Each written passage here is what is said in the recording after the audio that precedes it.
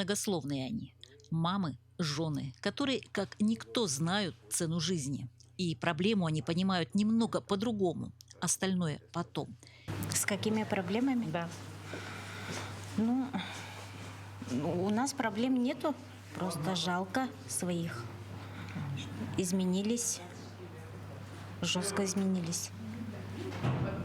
Ну, больше ничем не могу сказать.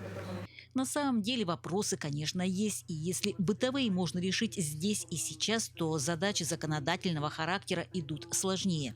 Да, есть, конечно, да, по налогам есть очень много проблем, потому что мы, администрация, отправляем список мобилизованных, да.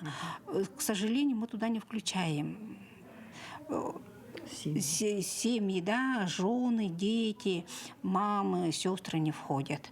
Более 200 обращений зарегистрировано в Алекминском филиале Фонда «Защитники Отечества». Повторюсь, зарегистрированных. На самом деле телефон координатора часто напоминает горячую линию.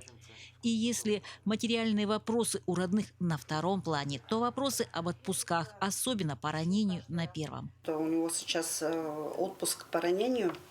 Ранение тяжелое. До 60 дней нам дали отпуска, в общем.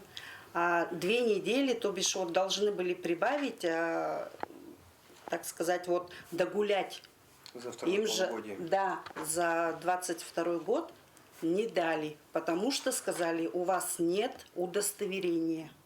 Якутия далека от эпицентра событий, но расстояние не причина. Решить можно все. Обращения, они разные, они имеют характер и бытовой, и конкретно социального назначения. Это и удостоверение ветерана боевых действий, что остается, опять-таки, загвоздкой для наших участников специальной военной операции.